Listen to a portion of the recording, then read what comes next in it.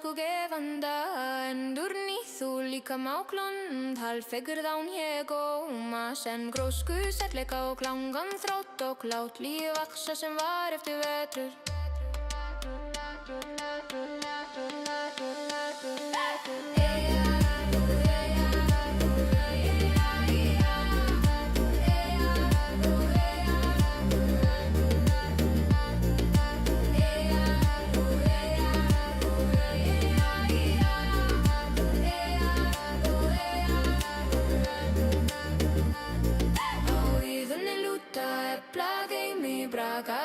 sko gefanda endurnýð þú líka máklund halvfegurð án ég óma senn grósku, særleika og klangan þrótt og lát líf vaxa sem var eftir vetur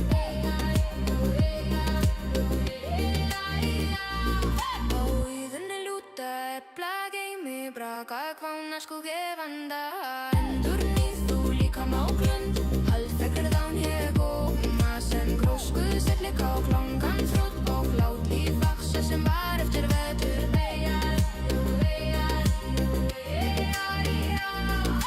á íðunni lúta epla geimi braka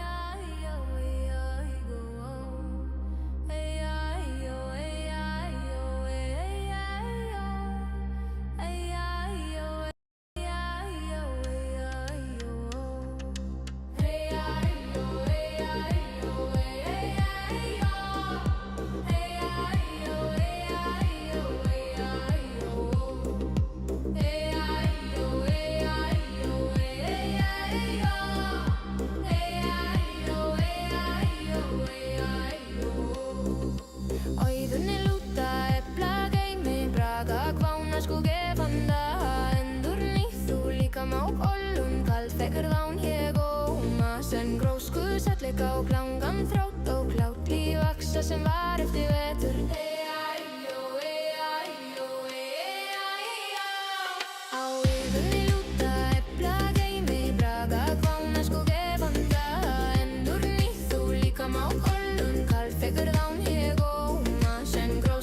og klangan þrátt og lát líf vaxa sem var eftir vetur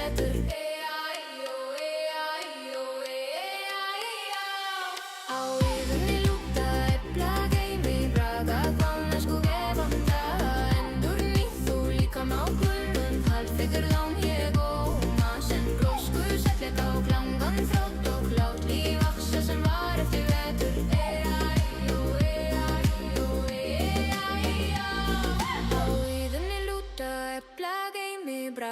kvána sko gefanda endurnýð þú líka máklund halvfegurð án ég óma senn grósku, særleika og klangan þrátt og lát líf vaxa sem var eftir vetur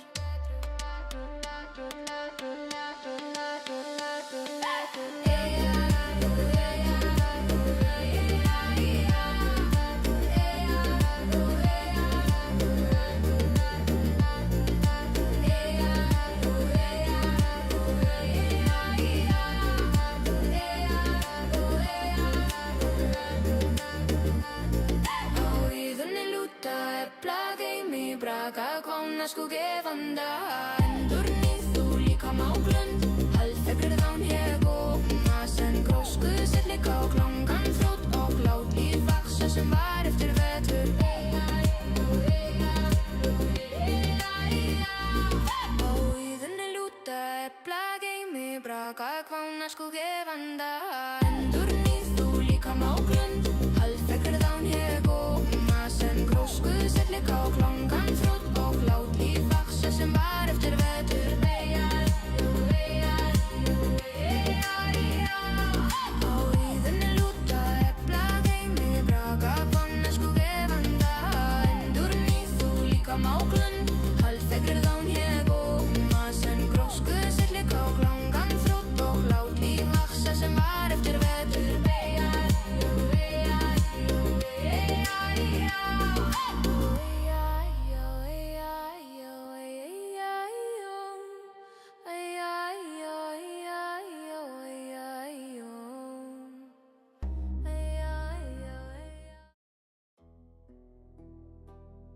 Good morning, everyone. Good morning. Can everyone hear me? I hope you can. Good morning, everybody. Thank you for coming to your Norse Pagan, Asatru Heathen prayer service this Saturday morning. My name is Reverend Ben Kowalski-Gerhick. I am a Gothi, and this is presented to you by the Troth. Good morning and welcome. Great, I'm glad you can hear me. Anata, I did not see the comment that you left on Facebook. I went through, after you mentioned that, I went through a couple of the older streams on Facebook and I could not see them. So, apologize.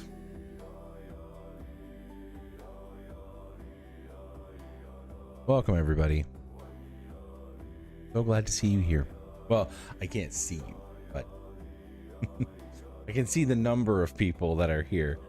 And I can see some of you popping up in the chat. Hello. Okay. So, let's talk about how we do this thing and how this is structured overall. Then we'll go through it together. So the first part of this that we do here is to educate. So I want to tell you about this thing that we have here, this threefold method thing that we have here, where it comes from, who made it up, and where every part comes from. If you want to know, I can cite some stuff, but here it is here. We're going to educate as to how it's done. The second part is going to be us actually doing that together. If you want to, at home, you can follow along. I won't judge you if you don't, because, well, one, I can't see you, and two, this is somewhat supposed to be a learning experience for those of you who've never encountered Norse paganism before. I've only just recently been introduced to it. So if you're saying like, whoa, I don't feel ready to start praying just yet, like, hold on, just want to see how it goes. Yeah, no problem. No problem, no pressure. If you do want to follow along, you certainly can. I'll have instructions up on the screen when we do so that you'll be able to follow along. And the third thing we're going to do when we close out today is we are going to do a short Q&A. If you have questions about Norse paganism, also true heathenry, I am a Gothi, so I can help answer some of those questions. And if you have questions about the Troth, the organization, what we do, I happen to be the president of the organization, so I'm in a pretty good position to answer questions about those too. If I don't know the answer, I'll let you know. Great. Good to see we have people here this morning. Let's get into it. Let's first start with education. What is this? What is this thing that I've thrown up on the screen here that we have up here? This is something called a threefold method. It's called a threefold method just because it repeats the number 3. I made this up. Totally me. I made it up. So don't go searching for it in a saga or an academic textbook or anything like that. I made it up. Okay? I made it up. It's been part of my 20 years of practicing heathenry. This is how I've put together what a Norse pagan, also through heathen prayer is for me. Okay? You're going to find a lot of Gothar out there do things differently. We have a lot of variance in our practice, which can be really frustrating to people who come in new, because it's like, hey, don't you guys have like maybe some rules or something that just tells me that I'm doing it right? No, I wish I could say yes, but oftentimes it's kind of like baseball, you know. Everyone kind of has an idea. Well, maybe not everyone. A lot of people have an idea of what baseball is. We've seen it played before. We may have played it in the past, and we kind of know it when we see it, even if it looks different than what we're used to. So in some ways, it's just this kind of vague understanding of parameters rather than actual rules and guidelines. And I know that can be frustrating. So I'm just going to give you one set of instructions, and you can take that and adopt any particular part of it. The first thing that people usually ask when we're talking about Norse pagan prayer is they want to know which direction they face in. Is there a specific direction that they need to face? There are two directions that are mentioned briefly in different parts of the history, the lore, whatever you want to call it. There's east and then there's north. But first, the primary direction that you'd face is wherever your shrine or altar is. So, you know, I'm facing mine here. You can see my hand pointing to it. So I'm facing mine. If you have one at home, you can face that. If you don't, I'm not going to make you go out and buy one before you can start practicing Asatru. That would be silly. You should not have to go and spend a whole bunch of money on an altar or whatever, and then post pictures of it up on Reddit to be sure that it's correct before you can even start practicing. No. Just east, north. When the sun is rising, I would say face east. When the sun is setting, I would say face north. So nighttime, face north. Morning, daytime, sun coming up, face east. That's what I would do for that. So east and north. If you don't have an altar, just keep those directions in mind. Next, cleansing or blessing the space. Now, as you know, in your daily experience, most of us don't have dedicated sacred or holy space, right? The space that we occupy in our lives is multi-purpose. You know, look behind me. This is a basement, right? This is a workout room. It's a gym. It's a place where it's a laundry room. It's an office. Many of the spaces in our lives are multi-purpose, especially if we're living with limited space. So we don't have dedicated, holy, sacred space all the time. So what do we do to make holy space? Well, we bless it. There's a couple different ways to do that. If you're old school, you know what I'm about to do. And if you've been to this, you know what I'm about to do. You remember the hammer rite, right? Hammer in the north, hail and hallow this holy stead. Hammer in the east, hail and hallow this holy. And you go through the different directions, above, below, etc., so on and so forth. This is a little bit too much for me. It's quite dramatic. Looks kind of cool. Looks cool in person. I think I've seen it a lot. And if you've been in the Norse pagan community for a long amount of time, you've probably seen someone do this. It's a little bit too dramatic for me. I'm also doing this really early in the morning, so I don't want to wake people up. Heathens have a habit of shouting a lot. I don't know if you know this, but I've been to a lot of heathen rituals where like people really project, and that's just not that, you know. I got kids. Like I got kids who I need still sleeping, so I can't be doing that. So what do? Well, another option that people do is they carry a little candle or a lantern or something, and they carry that around the perimeter of the holy space. So they carry it around the holy space, blessing all the things, chanting or saying a few words every so often. Also great Not great for my purposes because I don't know about you, but I don't have a heck of a lot of space. Right hand right now is touching a desk. Left hand right now is touching a wall. I don't have a lot of space, and I'm going to guess you probably don't either. Most of us don't have, you know, a bunch of pristine wooded real estate in rural Idaho to go and practice in, right? We just don't have that. Great if you do, and good on you, but you know, most of us don't have access to pristine woodlands, you know, at 6 a.m.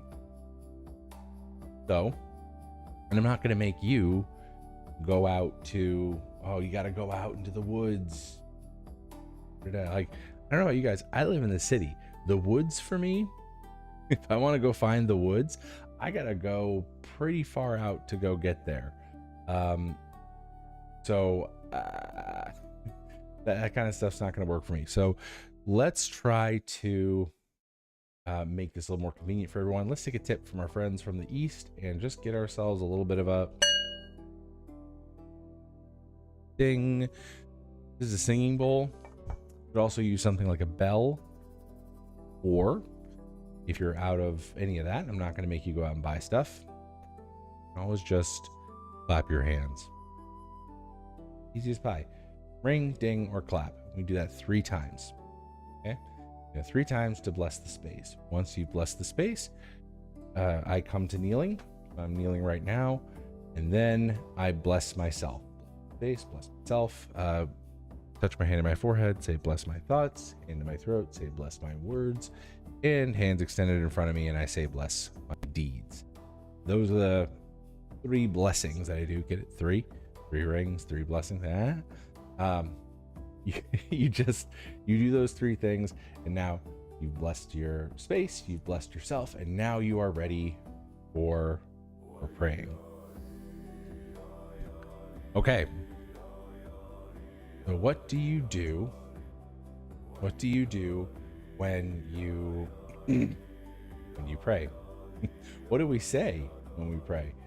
This is usually the thing that comes up. This is usually the big question, is what do we say? Because a lot of us have, I think, if you grew up, let's say in the West, for a lot of us, prayer is something that is spoken. Yeah, especially if you grew up in Christianity, prayer is something that you are speak. You kind of bow your head and you say some things. So the speaking part tends to be the emphasis. I get it. And I wish that in response to that, I could give you the exact words that people need to say, or that have been handed down from generation to generation. But Norse pagans, also through our heathens, we don't have that. We don't have anything that resembles a Lord's Prayer, or anything of that nature. Which, again, for those of you who are just starting out, it's frustrating, because again, where are the instructions? Where's the clear guidance?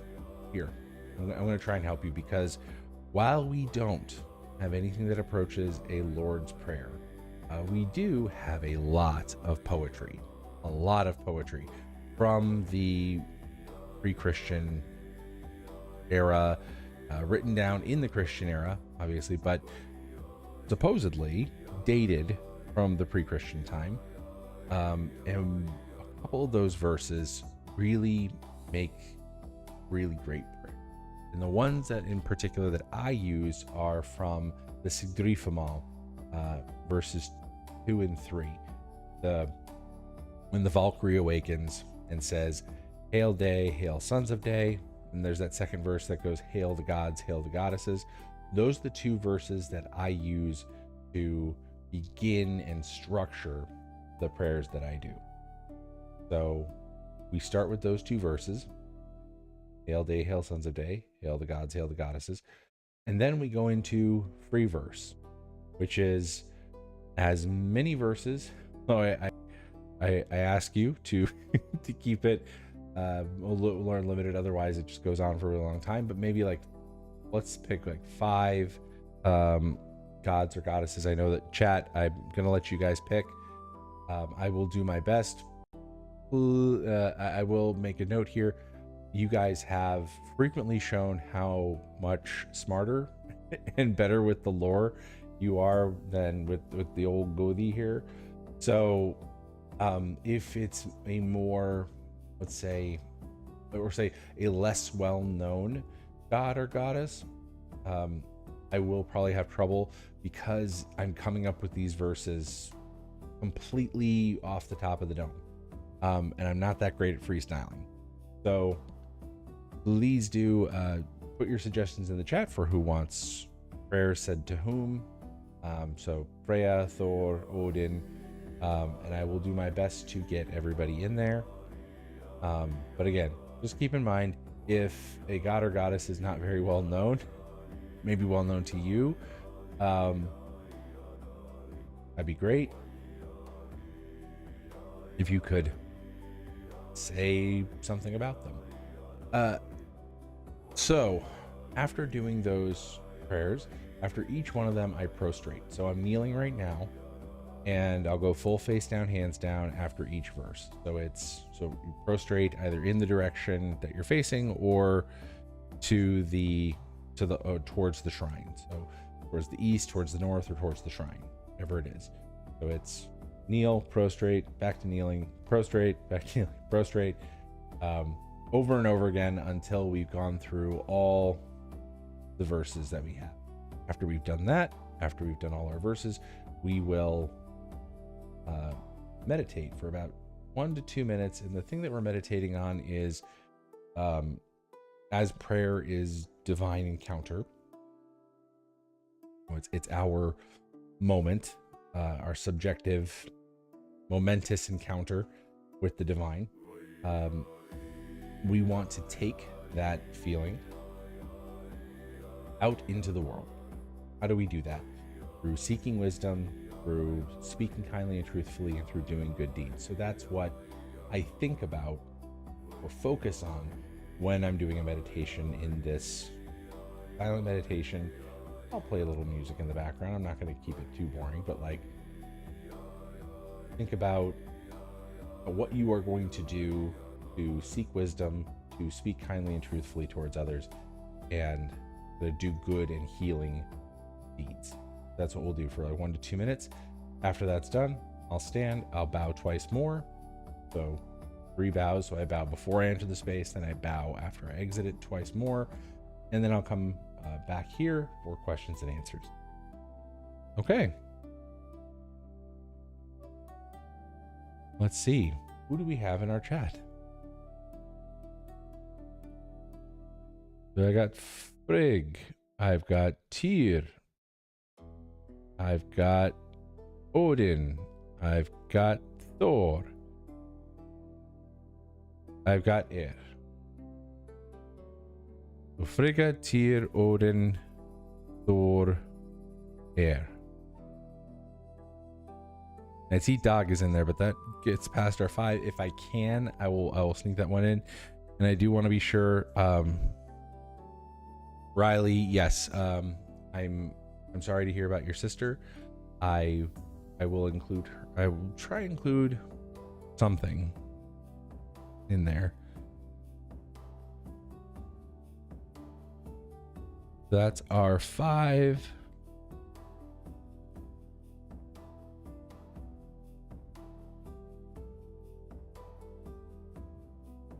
All right. That's what we've got. Let's get to it.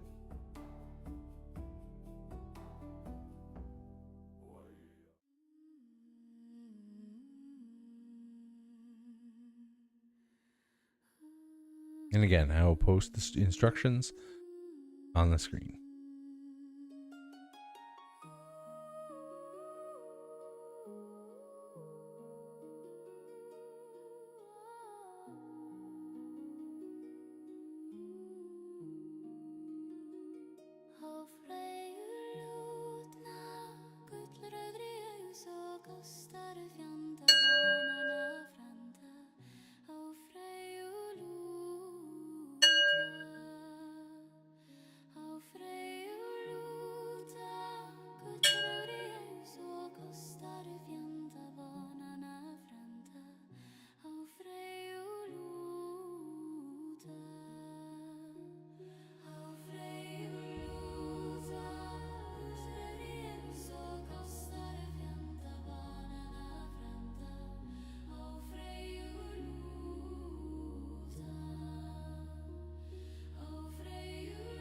Bless my thoughts.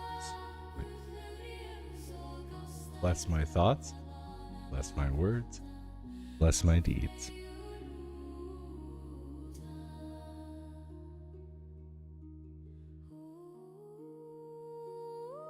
Words are up on the screen. If you know this one, feel free to sing along.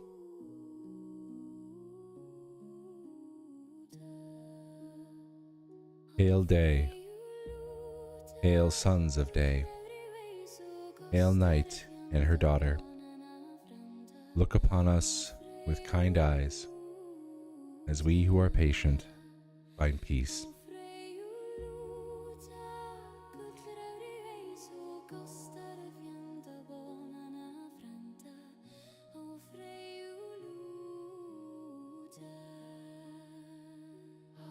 Hail the gods. Hail the goddesses. Hail the ever-giving earth. Bless us with wisdom, kind words, and healing hands, lifelong.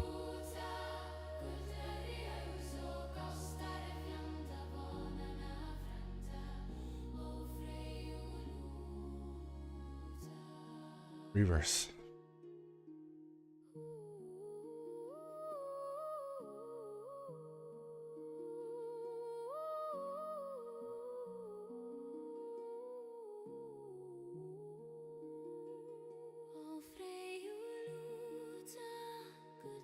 Hail Frigga. Hail Sacred Mother. Hail to the loving and the beloved. Frigga, we ask you to protect and bless those innocent victims of war, protect the children, keep them safe from bombs, from guns. Bless their sleep. Keep them safe and free from harm.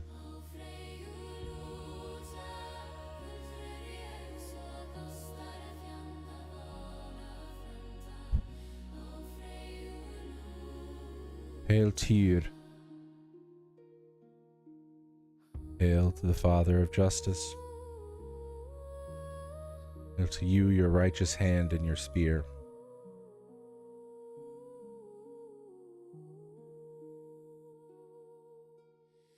Tyr, remind us, those who are fearful, those who see injustice being done, who read the headlines of our news and are frightened to their very core, those who are persecuted.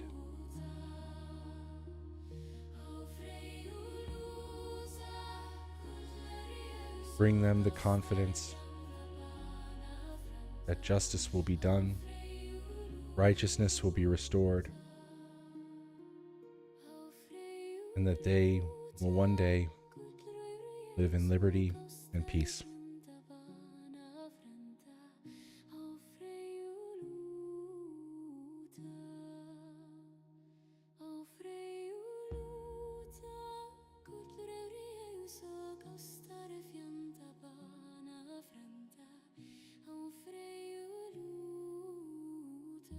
Odin. Hail Odin. Hail to the Father of Wisdom. Hail to the Wanderer, to the Seeker.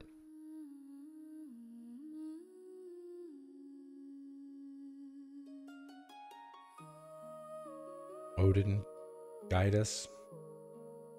Show us the path towards true wisdom.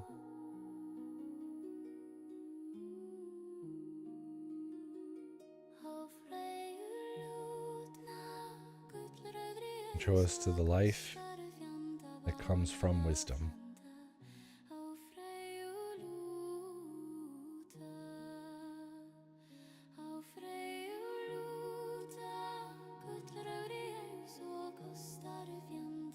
Hail Thor. Hail son of Odin and of earth. Hail our protector and our sustainer. Thor, Bless and protect those of us on our journeys today, whether we're traveling a short way or a long way. Bless and protect our steps. Keep us safe.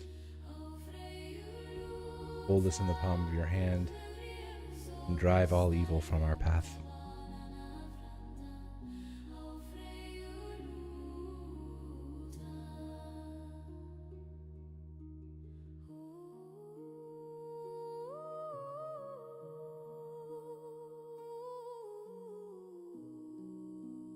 Hail, air. Hail to the healing maiden. Hail to the best of physicians.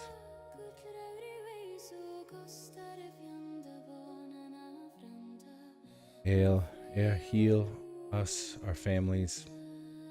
Heal our bodies, minds, our hearts. Bring us back to wholeness and completeness. Restore us.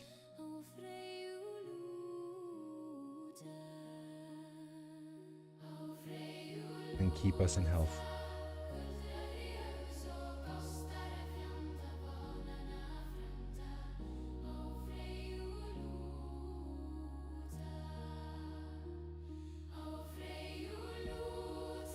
Hi folks, now it's time to meditate once again, thinking about seeking wisdom, speaking kindly and truthfully, and doing good deeds.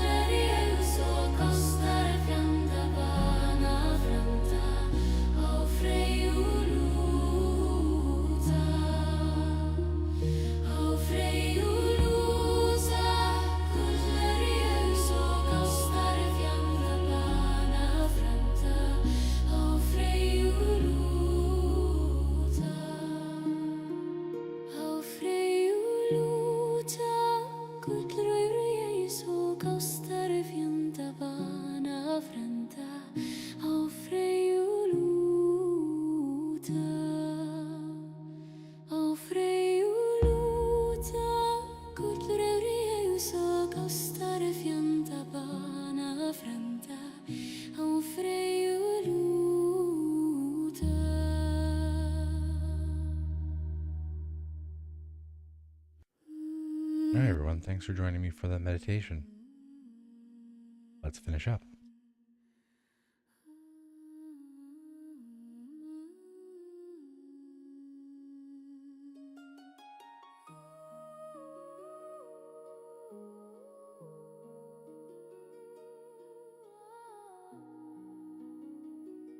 Thank you for joining us for the prayer service this morning. Right back here.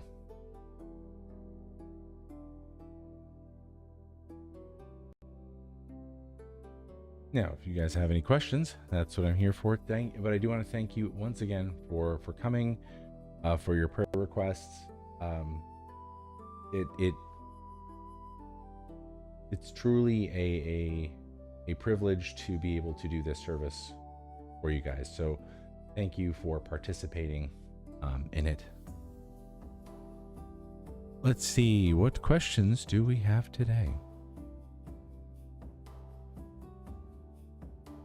Yes, and Riley, blessings on your sister. Hopefully a speedy recovery and a return to health and wholeness for. Right, before you leave, can you show on screen the ritual like you had it in the beginning? You mean this? This thing? There you go. It's also on the Troth's website. If you go to, there's a section on creating heathen ritual. I put it up there, well, so you can see it there. Oh, Renata, it's my pleasure and my privilege to be able to do this. It's been just about a year now. I think we started this in July of 2025. We started doing these once a week. So it's been and we've done it, I think, without fail. We've done these, so it's been like, now over 100 broadcasts, because I think we did these once a week once, and now we do them twice. So yeah, it's been a lot.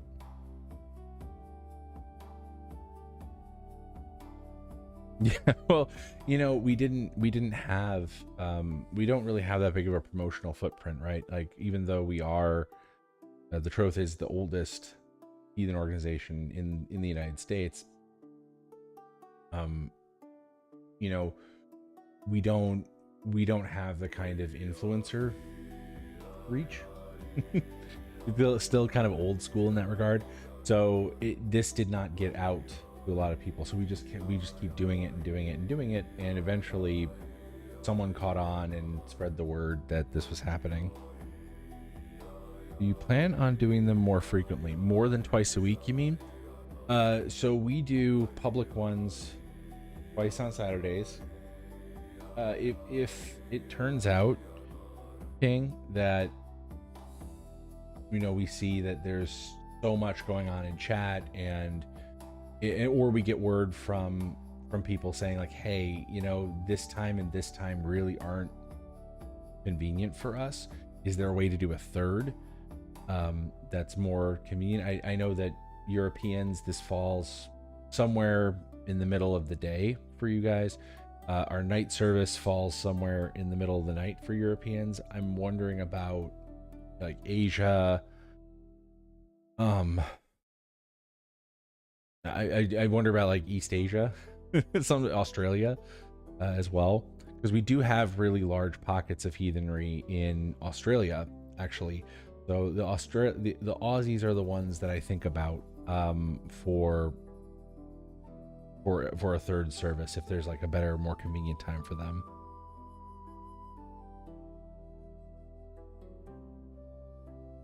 Yeah, Renata, the talk show that we used to do, the thing about that is it's actually a lot even more work than a prayer service, because I think those talks tend to go on for a couple hours, and you need a couple people to do that. For this, it's just me.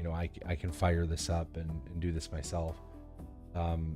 But for like a talk show or podcast type thing, that's going to take a lot more commitment. And I just wish, even among our membership right now, there's just not, people are super busy. And I don't want to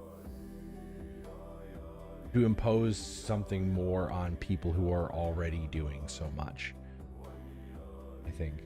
So but if it comes up that people say, oh yeah, we want to do this, we want to get this together, we want to put this together, I would 100% support it.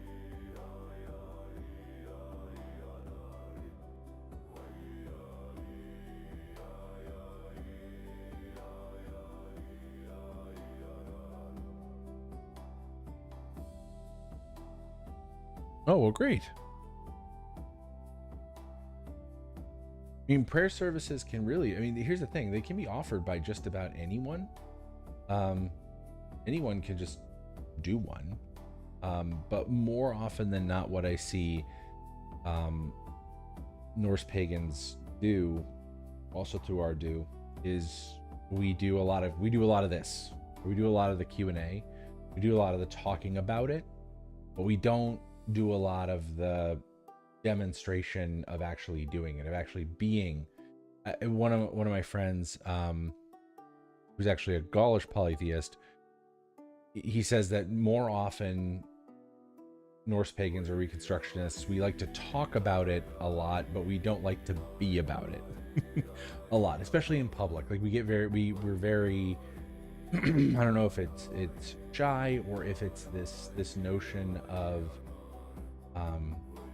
a fundamental discomfort with showing ritual some way, like that it's, and I know this, like I know from talking with a lot of people, maybe this is an old school thing, but I know a lot of people from the old school really do not like showing their rituals. Maybe chat, you can say if you've seen this differently, but if you talk to someone from the old school, they are very, very adamant that you do not put ritual online, period, end of story. It just does not happen. And I think maybe, and I've also noticed it comes a lot more from people who came in from Wicca, and I think that might be because a lot of what they do is magic, right? It's magic. It's a rite. It's a working, and I think there is something within that tradition, and you guys got to help me out because I'm not from that background. There's something about it that, you know, when you put it out there like that, you're putting an energy into it, you're putting an intention into it, and you don't know how that's going to spread to everyone else, right? Or like invoking certain gods or goddesses. You know, there's a theory about how it works when you pray. There's decades of years of theory on this stuff in Norse paganism. It's really fascinating to check out. We have a magazine in the Troth called Iduna. It has a lot of this stuff in it, and you see a lot of this back and forth throughout the years of people asking the question of, how does ritual work? Are the gods summoned to you, or are they always there? You know, these are the fundamental questions of ritual mechanics and theological underlying theological ideas that play out. And one of those theories is that when you invoke a deity, you are actually bringing it into your life, into your space, and into the space and the life of everyone who is listening. So people are reticent to do things like name deities who are classified or have been classified as chaotic. Yeah, this is where we get into stuff like the Loki ban and things like that. They don't want to do that because, well, that's just inviting chaos into your life. That's inviting chaos into the lives of everyone who is watching you. You know, there was a long time, even I think in certain heathen groups, that they wouldn't even hail hell, although I think hell is hailed pretty often now. I'd say like 20 years ago, 15 years ago, you couldn't do that because people would say, like, you just invited death into our lives. You are like, you've wished death on. So there's a certain mindset that goes into why all this to say there's a certain mindset that goes into why more services like this aren't offered, right? I think I certainly think that pagans have a sense of privacy, right? I think pagans think of this kind of stuff as being a little bit churchy, which is hard for a lot of people. And I also think that there's an element of theology to it as well, especially for those from the old school who have a lot of really great skills in this kind of stuff. in exactly this kind of stuff, who actually perform really great ritual, who don't want to perform these kinds of rituals because, again, there's what they might call magical or energetic implications to doing so. Sorry for the long-winded explanation.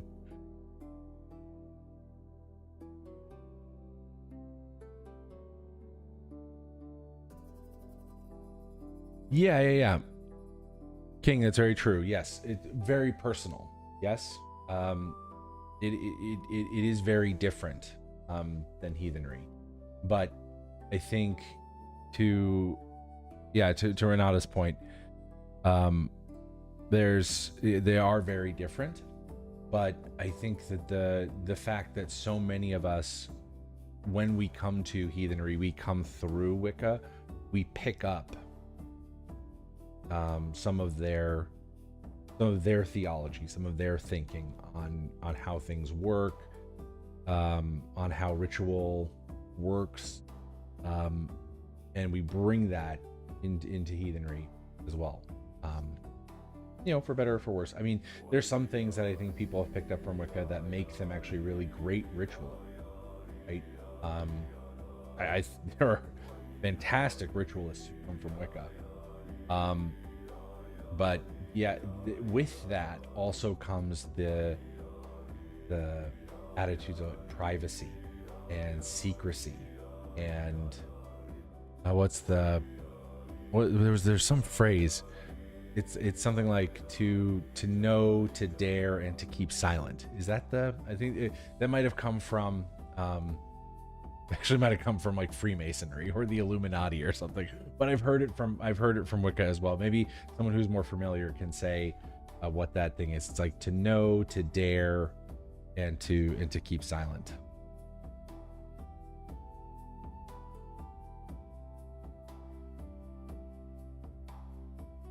Yes, life can be chaotic, for sure. I have my own theological opinions on. I don't believe that we're summoning chaos into our lives by doing this. This is part of the reason why, like, I don't worship Fenrir, I don't worship Loki, I don't worship Angerboda, I don't worship Hel. I don't, but I'm perfectly fine hailing them because to me, this is part of hospitality.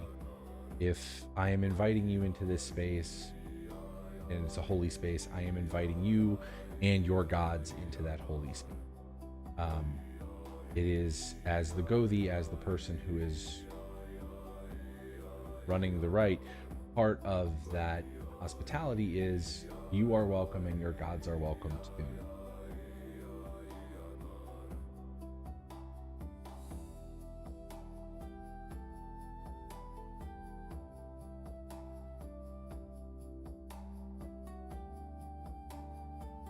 Yeah, and I'm not gonna trash Wicca or anything like that. That this is not trash Wicca hour. This is just acknowledging that it's a different religion, and a lot of us came through that.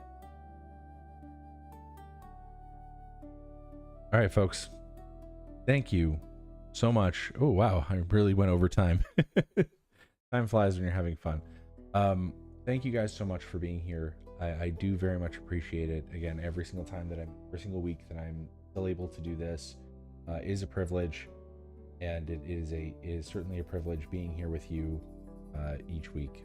So I thank you for that, and I look forward to seeing you next week. I will be here again at 8:30 p.m. tonight, Minnesota. I just want to say we have a meetup today at 2 p.m. at the White Bear Meadery in Maplewood. So if you are in Minnesota, we'll be around drinking mead like we do at the White Bear Meadery. Low pressure, heathen hangout. Just come and spend some time if you want to. Yeah, that's what's going on today. I think tomorrow in Tennessee, there's a meetup as well. I wish I remember the details. If you're in the troth, you know. So yeah. Oh, and members prayer service is also tomorrow, Sunday. I'm hosting that one. So that's Sunday at 10 a.m. Eastern.